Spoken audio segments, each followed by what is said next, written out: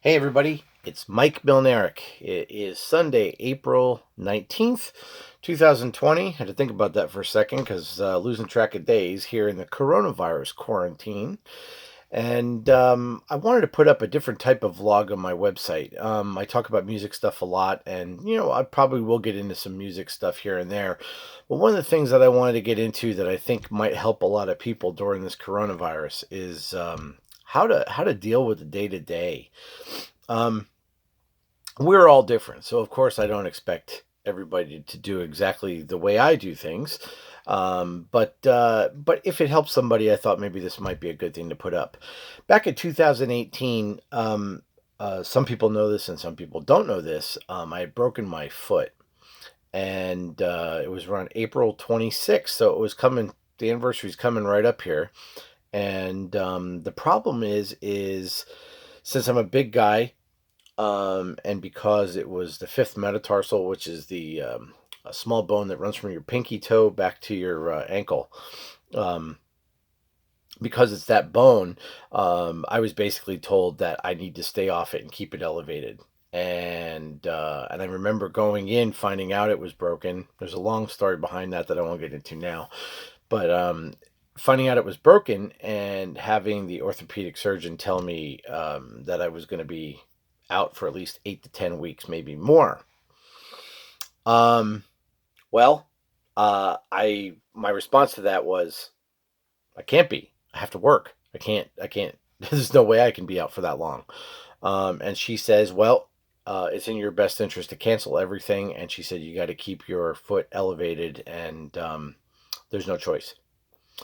So my immediate thought was, I started thinking, 8 to 10 weeks, and I was thinking 10 weeks, 7 days in a week. What am I going to do for 70 days? It kind of freaked me out right off the bat. And it was seriously, it was very daunting at first to figure out what was going to happen and how I was ever going to last 70 days. We're talking April 26th, so we're talking about it's going to go into the summer, and hot in my house, all that stuff. The challenges of that were that we have one bathroom on the second floor.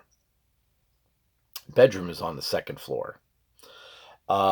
So what I ended up having to do was I was stuck at first, especially at first, being upstairs only, and I couldn't go downstairs. And uh, so the big problem was also is that our hallways are very narrow, and it's very hard to get around on crutches. So I had a knee roller, I had crutches, and I was told by the orthopedic also not to try to climb the steps with the crutches, because she said if you accidentally do something the wrong way, and you end up losing your balance, you're going to go down the stairs, you're going to have bigger problems. So the big thing I had to do was that after a week or two of being just upstairs and having people help me out and stuff, um, I would uh, go up and down the stairs on my butt. Wasn't a lot of fun. That's just a normal cough. That's nothing to worry about. Uh, I know nowadays you get freaked out by a cough. Um, so it ended up that I was going up and down the stairs on my butt, which was not an easy feat. Most of you guys know that I'm a pretty big guy and stuff, and it was just my arms got stronger doing it, that's for sure. But it was not a fun thing. So usually what I ended up doing was I spent half the day on the bed upstairs, and then half the day, eventually, once I was able to get downstairs, half the day on a chair in the living room. That's it. And that was my life. It sucked, to be perfectly blunt. It wasn't fun. And what was worse about it was that 8 to 10 weeks turned into almost 5 months. It didn't heal properly. It was healing very, very slowly, and I ended up having to switch orthopedic surgeons in the middle of it. And the new surgeon kept X-rays, and I kept coming in every so often. I only was out of the house for doctor's appointments.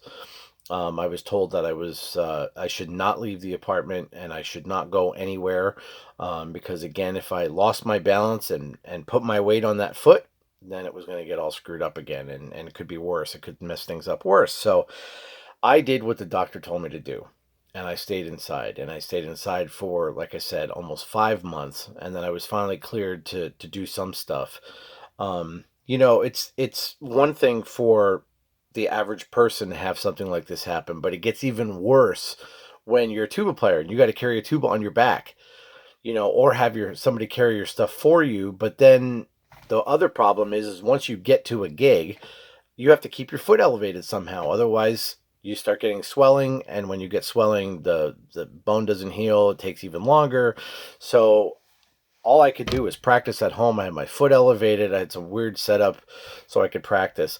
But so to my point, so the point is that having gone through this in 2018 and dealing with it, um, this is kind of a cakewalk for me. This is easier because the main thing that's happening right now is that I can get around. I could go out and take a walk and stuff, get some exercise, and I can be in the house and I can actually get work done. So there are many things because of just working to get that next gig, running around from this place to that place, either from gigs or for teaching or other things that I'm doing in my career. There are a lot of things that got put off, that really need to be done. That really, I wish I would have got them done a long time ago, but unfortunately, I haven't, and they've been put on the back burner. So when my foot was broken, the first thing I thought about was I had to cut calories because I knew I wasn't going to get much exercise, and I knew that I was going to start gaining weight, which was going to be a bigger problem if I did. So, because I'm already a big guy and I didn't want to gain any more weight, so I started cutting calories right away. So, over that course of that 5 months, I lost 21 pounds because of that. So you have to do things like that. You have to, if you can do that and try to stick to stuff that's lower calorie. Doesn't mean you can't eat. It just means stick to stuff that's a little bit lower calorie. That will help you out. So that's one thing that will help with this whole thing. The next thing is that I was really adamant about I don't want to sit around and just watch TV all the time. I wanted to watch some TV, of course, and there were some series that I had always wanted to watch that I caught up on, so I'm not going to say I didn't do it. But I didn't want my days to consist of just laying around, sitting around, which I had to do, and watching TV in that time and let my brain kind of go to mush. So what I was trying to do, I couldn't even get into my office because there's stuff in it and the way it's set up, I can't get in it. I couldn't get in and out of here with crutches. So there was a lot of work that I couldn't do, but I had my laptop with me in the bedroom, and then sometimes I'd have it downstairs. Not easy to carry that stuff up and down the stairs when you're trying to do this on your butt. And I also had books. So during that period of time, I read about 7 or 8 books. I basically, I didn't schedule my time out as much, but through the days, I would actually like, I made a point of reading every day. So I was reading every day. I was doing work on my computer. I was sending emails. I had some gigs that actually I had to hire other people to run for me because I couldn't be there. And I was in charge. So I was dealing with that and staying on top of that. Um, and basically, I tried to fill my day with some constructive stuff. It wasn't as constructive as I would have liked to be able to get into my office, try to get things organized, some things around here that I needed to do, projects, that kind of stuff. There was a lot of projects that I still couldn't do, but I stuck to the whole idea of I need to practice was one. I didn't want to get out of shape, and I wanted to be able to still practice the tuba and keep things going at least, if not get better. Um, and then I wanted to read regularly, so I kept my brain active. I cut the calories, and I worked on different things that I had to work on that I dealt with through email and those kind of things. And I also had some people writing to me and everything, seeing how I was doing and stuff. So I was keeping in contact with some people, and so that was kind of helpful. But I got to tell you, it it it takes your mental capacity or your mental um, stamina. I think is a really good word for it. and it kind of changes things. So it's a little difficult. Things were better on the other side. But during that period, I felt like I had to work at keeping things going and keeping my brain active and that kind of stuff. If you don't, you start finding that you'll start having, you'll be foggy, kind of. You get lazy, um, and you start finding that you're not being as constructive, or you're not being as productive. I think there's a better word. So you have to kind of think about those kind of things. And there's a lot of stuff that goes on, when you're laid up, and it's like sometimes you're kind of out of sight, out of mind. I mean, because people worry about you when things first happen. But of course, everybody's got their stuff in their life. So as time goes on, you don't hear from people as much. And it's not a complaint. I'm not upset about it, but it is one of those things that it can be lonely when you're kind of isolated. So you've got to reach out to people. You got to reach out to people and make sure that you're staying in touch. It's a two-way street. So very, very important. So during this quarantine, what I've done is that I've written out a long, extensive list of projects and things that I need to do that I've been working on, including two CDs that have not been released, that should have been released a long time ago, years ago. One is Music of Sinai Khanda, the second CD, and the other one is a tuba quartet CD, the Cosmopolitan Tuba Quartet, which is our rock album that we're everything's been recorded, but things just haven't been released yet. So we're working on that. There's some editing on the quartet album we have to do, and the Sinai Khanda album is ready to go, except we have to do some work on the booklet and stuff for the CD. So working on all that stuff. Lots of other projects of things that I need to kind of get some things organized. I need to get some more things off the ground. tubastudio.com, my retail store. We just launched all sheet music in digital format, which is something that we wanted to do for years and just never got around to. So now all of Sanai Konda's music is digital, and my daily routine is digital, and we're also offering. Well, we had this before, but we're also offering all the recordings that we have on there as well. Those are all digital downloads as well. So that was a big step forward, and we're really excited about that. But it's just, you kind of have to have this plan. It doesn't mean you have to have necessarily a schedule, and I'll go into that another time about scheduling time and stuff, because I do things on that too. But it's like you got to have some kind of a plan that is basically how much can I get done?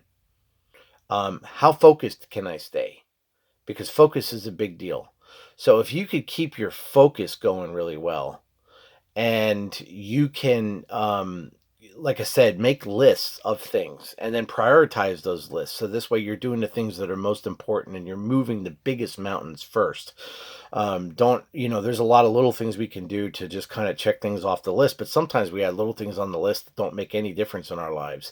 And it just makes us feel good to check those things off the list, but we really have to prioritize it.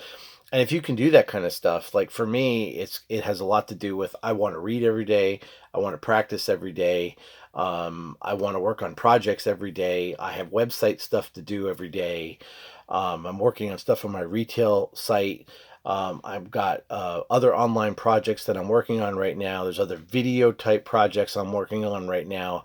So I've given myself stuff to do, and I find that I don't have enough time in a day. And I know a lot of people right now are not used to that kind of thing, because if you're out of work and you're used to just doing whatever your boss tells you to do, you got free time. And now you're sitting at home, kids are driving you crazy, all that kind of stuff. And it's a lot different day to day than you had before. So you've got to find those projects and find those things to do. Make a list.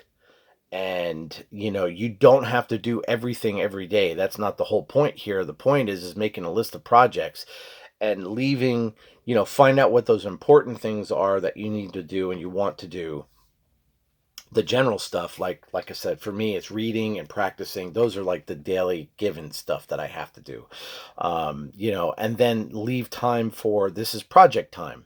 And like I said, you don't have to do all those projects every day, but if you could start focusing on one project to do every day and get it done, move on to the next project, get it done, move on to the next project, you're going to be better off in the end. And your time is going to go by quicker.